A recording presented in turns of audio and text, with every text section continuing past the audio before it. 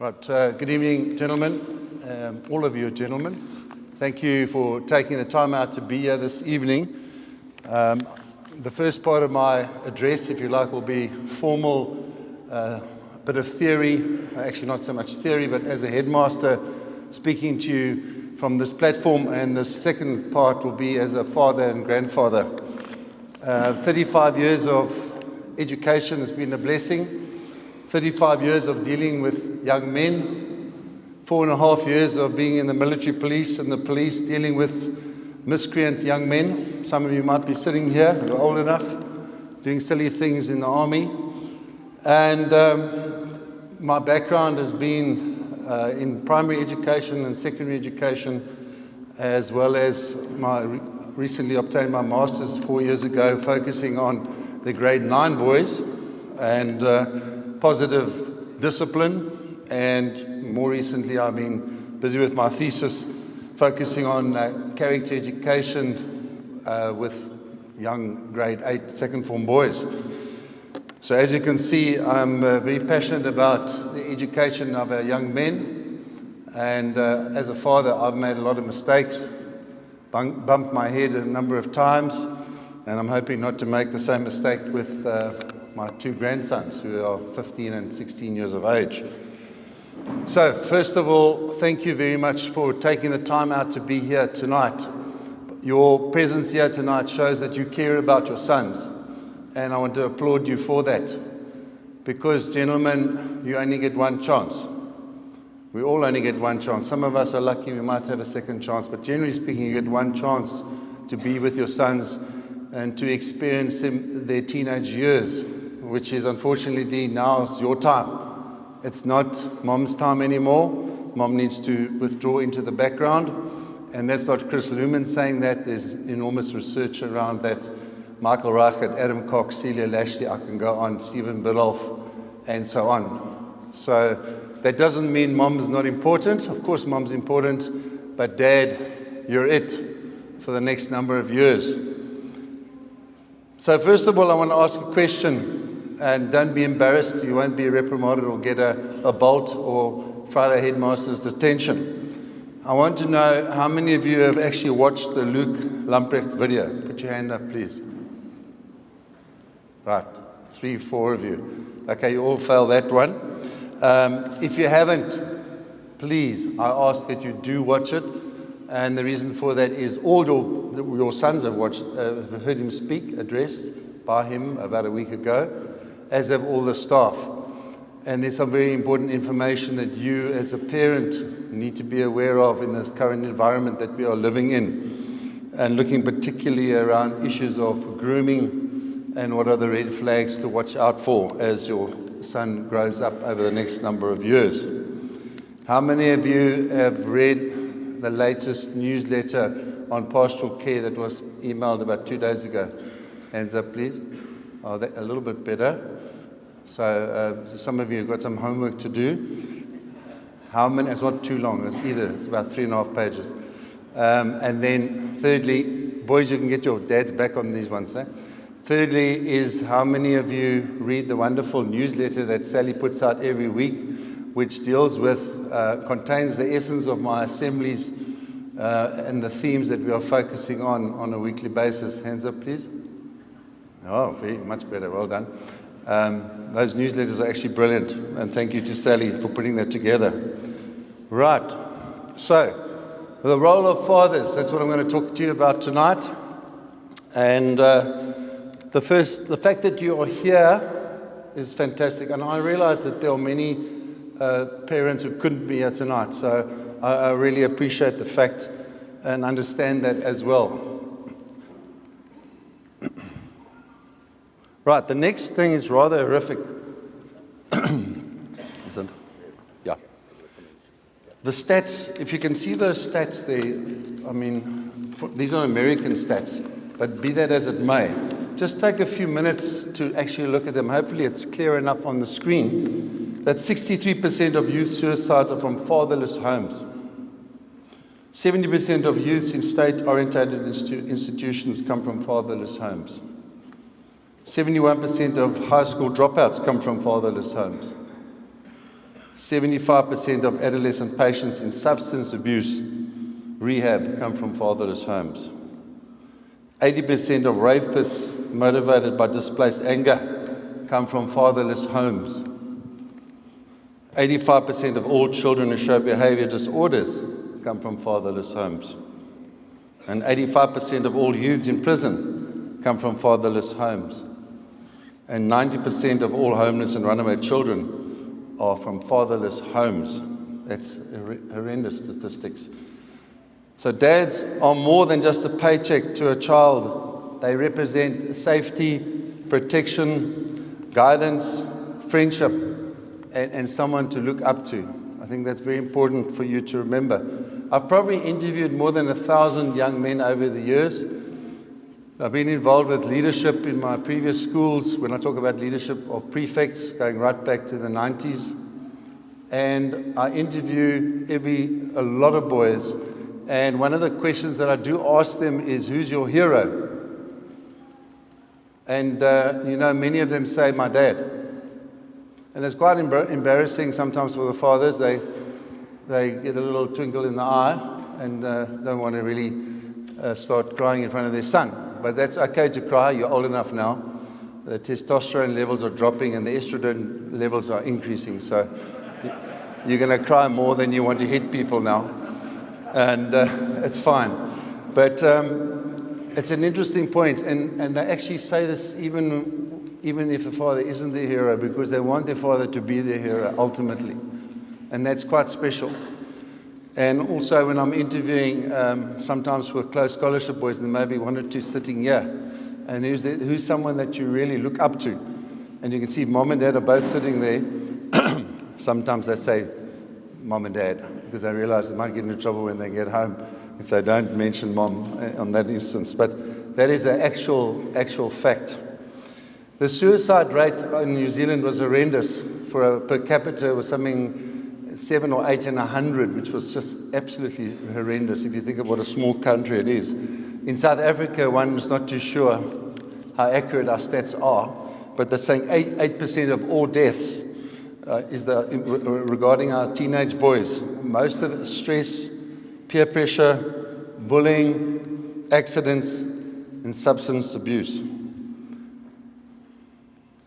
So these are all the sorts of things that could happen if you're not there. So what do we need to do as a father? You need to be there. You are the father, the parent, and you are not their friend. And that doesn't mean that you are unpleasant or anything like that to them, but you're not a friend. There's a difference. And I think specifically in my time in New Zealand, parents were more concerned about being a friend.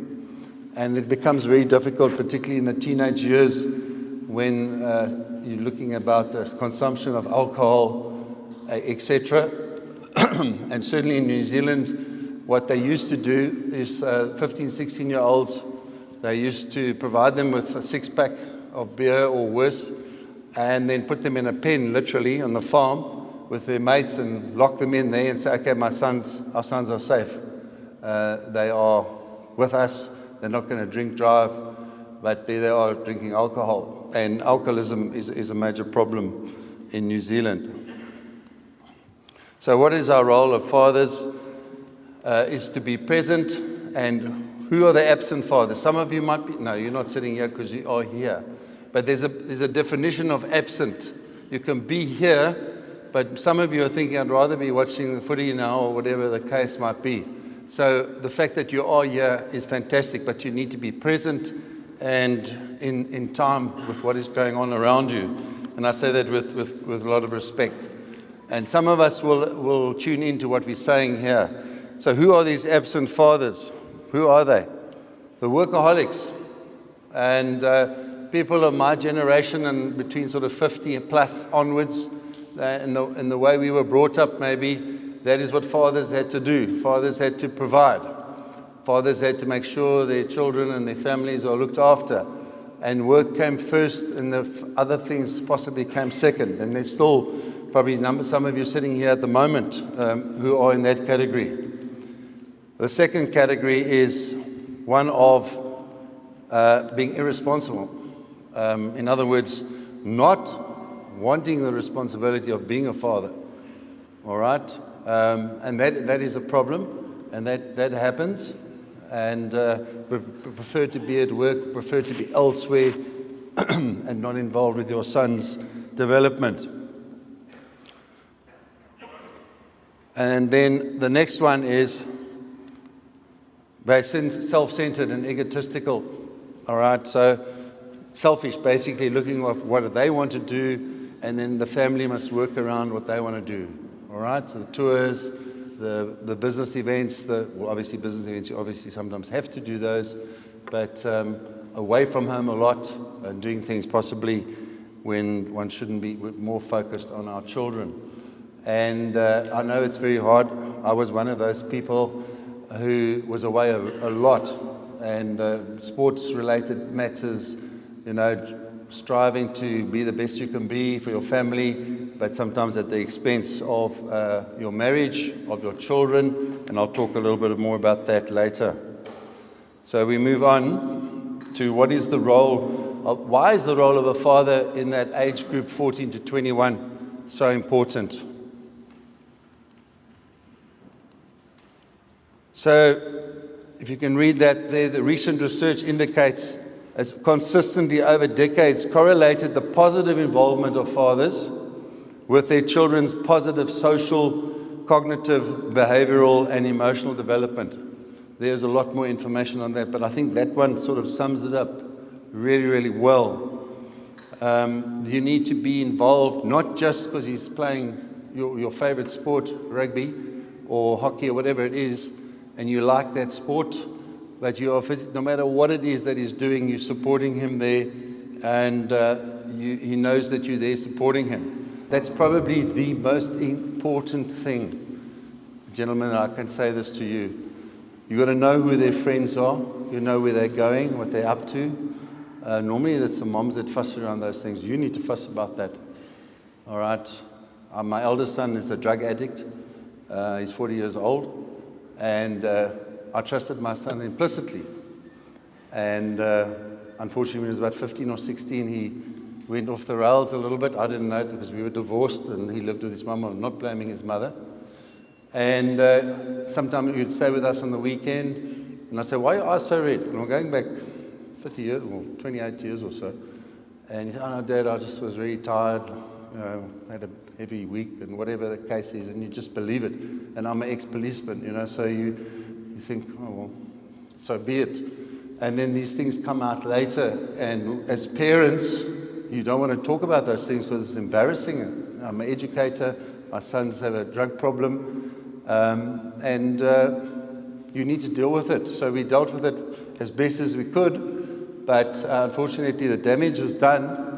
And once you're an addict, it's very easy to get caught up in that again. So that's something that obviously you look back at yourself and you look in the mirror and say, where did we go wrong? How could we have done things better? Fortunately, he's still alive today, but unfortunately, he's not with his family any longer, which is very sad. Right, moving on to the next one. They talk with their son. All right, and I think that's very important. And it can be about anything, it doesn't matter. And one of the things is the interest. If you've got a joint interest, it's easy. All my sons have been reasonably good sportsmen, so we always talk about sport or whatever that's going on there and so on. So that's an easy conversation to have. Until they start talking about professional soccer, then I'm not too sure sometimes what's going on there. My one son supports Manchester United. I support Maritzburg United, so there's a bit of a difference there. But it was good that Maritzburg won last night, so let's go Maritzburg. So having those conversations with your sons are very important. And you are their mentor. We are their mentors, rather. And we can't do that old story of do as I say, don't do as I do. All right? That doesn't work anymore, I'm afraid. These boys are far too switched on for that stuff. So, folks, we need to be very honest and upfront with our boys, and that will help things as well. You are their mentor. You are their role model. They're looking up to you. They're looking to you for guidance as best as you can. No one's perfect, obviously, and we all try our best to lead them in the right directions. So, being worthy role models, Displaying appropriate emotion, that's sometimes difficult. We spent a weekend at Wilderklaver. There were four rugby sides and one soccer side. It was a tough day at the office. Some of the boys are sitting here. Some of the parents are sitting here.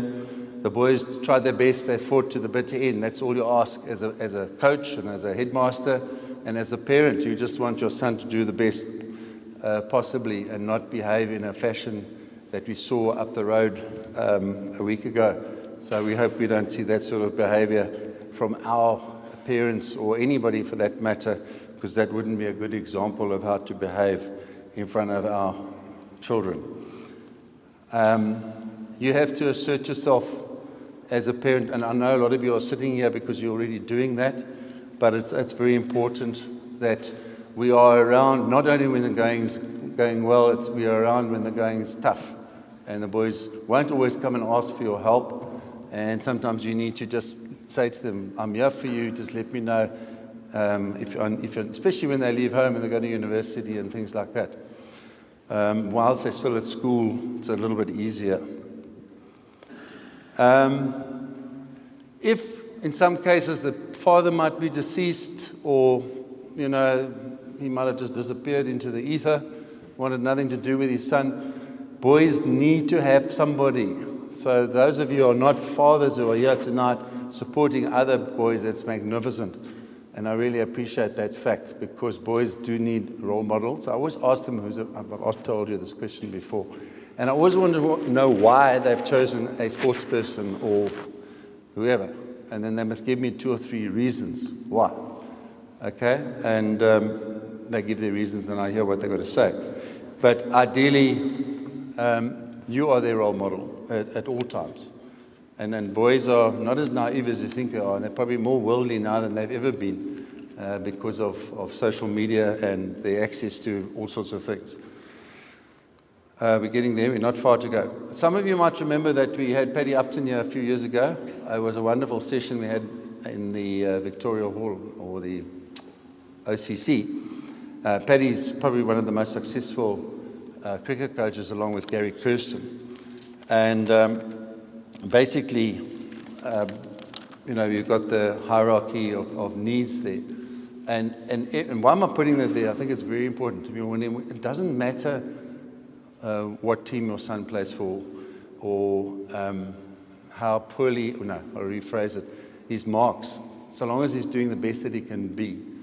If he's a 30% in maths and he's getting 30% for maths, then you need to support him and encourage him. You might be brilliant in maths and he's really struggles. One of my sons got the maths prize in 4th form, and I just shook my head, because I really struggled with maths. I still struggle. I sit in 3rd form classes and I don't know what's going on there.